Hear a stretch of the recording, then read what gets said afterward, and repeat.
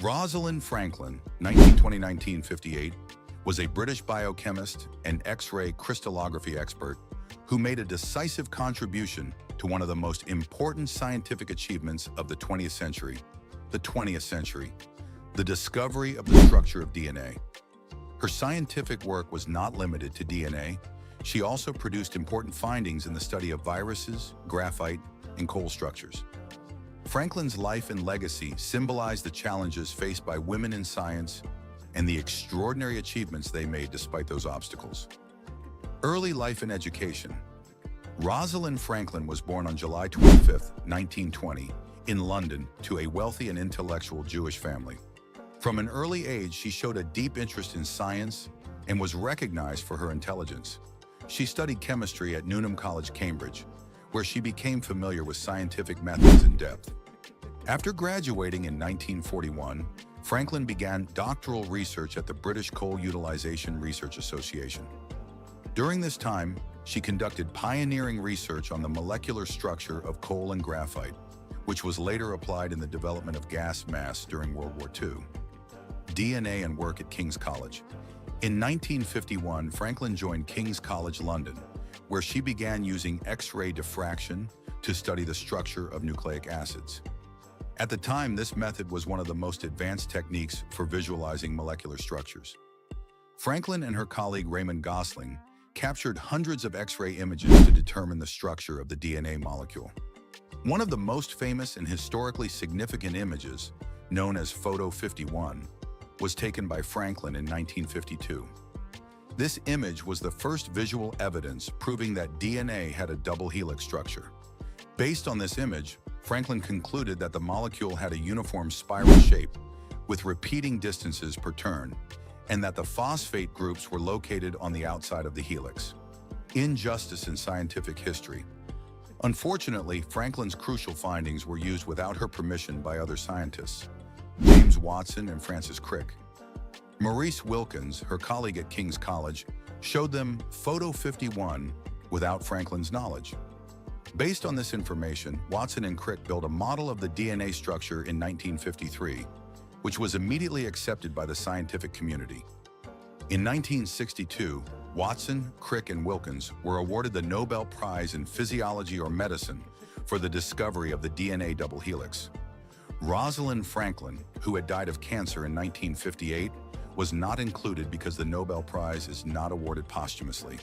However, this incident sparked widespread debate in the scientific world, and Franklin's true role has since gained much broader recognition. After leaving King's College, Franklin began working at Birkbeck College, where she carried out significant research on viruses. She studied the structure of the tobacco mosaic virus, TMV, and demonstrated that viruses also have a helical structure. Her research greatly advanced the field of molecular virology. Rosalind Franklin was not only a brilliant scientist, but also a determined and precise researcher, known for her dedication to science. Despite the gender biases and pressures she faced throughout her career, she never gave up on her scientific pursuits and earned her place in history. Today, many research institutes, scholarships, and scientific awards are named after her. The European Space Agency has named its Mars rover mission Rosalind Franklin in honor of her contribution. Penicillin is considered one of the most important discoveries in modern medicine. Its discovery revolutionized the treatment of many deadly bacterial infections and marked the beginning of the antibiotic era. The discovery of penicillin occurred in the early 20th century through Alexander Fleming's careful observations and subsequent scientific research. In September 1928, Scottish microbiologist and physician Alexander Fleming was working at the research laboratory of St. Mary's Hospital in London. He was studying the characteristics of Staphylococcus bacteria. After returning from a summer vacation, he noticed something interesting in the Petri dishes he had left behind. He saw that bacteria were destroyed in areas where mold, Penicillium notatum, had grown. This meant that the mold was inhibiting bacterial growth. Fleming named the substance secreted by the mold penicillin and proved that it had bactericidal, bacteria-killing properties. However, at that time, purifying penicillin and preparing it for medical use was technically very difficult. Fleming could not solve this problem, and the development of penicillin was temporarily halted. The true potential and practical use of penicillin were revealed in the late 1930s by Howard Florey, Ernst Boris Chain, and their team at Oxford University. They succeeded in purifying penicillin and producing it in large quantities. In 1940, experiments showed that penicillin successfully treated bacterial infections in mice. This was a significant step toward testing it on humans. In 1941, the first human treatment was conducted. Police officer Albert Alexander had a severe infection, and his life was at risk. He was given penicillin and began to recover. However, due to a shortage of the drug, the treatment could not be completed, and he died. This incident highlighted the urgent need for mass production of penicillin. During World War II, the demand for penicillin increased significantly. The governments of the United States and the United Kingdom prioritized the industrial-scale production of this drug. By 1944, penicillin was being mass-produced and widely used in treating wounded soldiers in the war. This helped save thousands of lives. Penicillin was also effective in treating many diseases such as syphilis, pneumonia, angina, and streptococcal infections. Its use prevented the spread of these diseases and significantly reduced mortality rates. Penicillin was not just a drug, but a revolutionary innovation that changed the course of medicine. Thanks to it, the antibiotic era began, and today thousands of different antibiotics have been developed. The discovery of penicillin was so significant for humanity that Alexander Fleming, Howard Florey, and Ernst Chain were awarded the Nobel Prize in 1945. Fleming himself emphasized the importance of using this drug responsibly. He warned about the possibility of bacteria developing resistance to antibiotics. Unfortunately, today this issue has become a serious problem and poses a major threat to global health. Penicillin is a brilliant example of how science and chance can lead to tremendous outcomes in human history. Its discovery saved many lives, opened a new era in medicine, and remains a cornerstone of scientific research.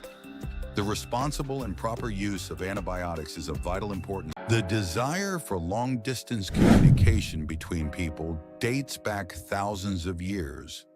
However, a true technological breakthrough occurred in the late 19th century.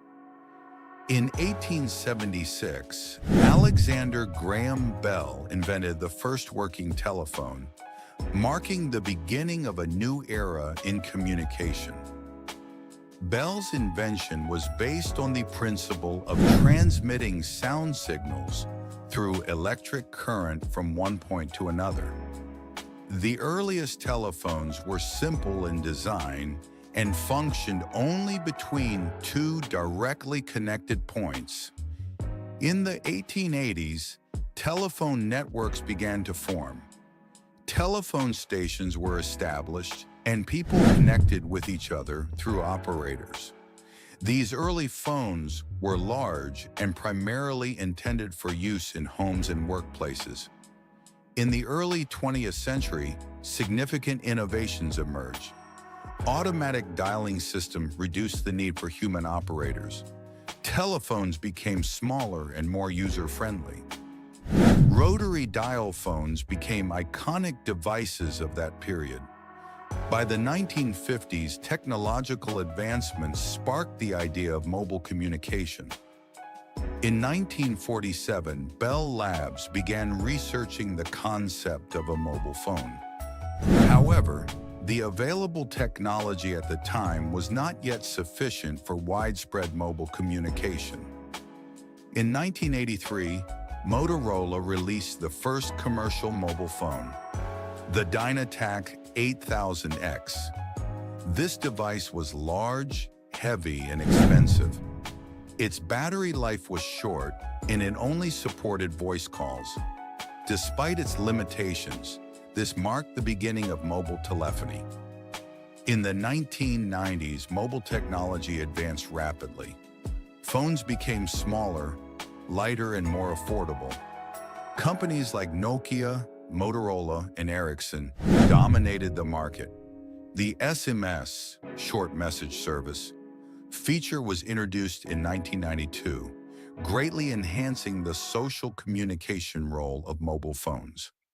By the early 2000s, mobile phones evolved beyond calling and texting. New features such as cameras, games, and internet access were introduced. The concept of the smartphone was born. BlackBerry devices brought mobile email to professionals, revolutionizing business communication. In 2007, Apple launched the first iPhone, a touchscreen device with a user-friendly interface that completely redefined what a phone could be.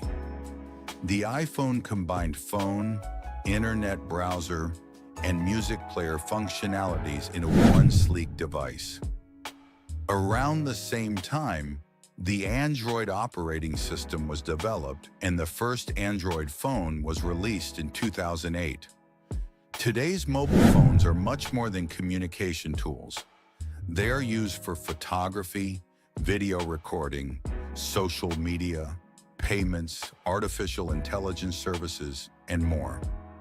Technologies like foldable screens, 5G, and augmented reality AR are transforming mobile phones into essential platforms for the future. The incredible evolution of the telephone is a result of humanity's need for communication and continuous technological progress. In the future, phones will undoubtedly become even smarter, more integrated, and more deeply connected to every aspect of our lives.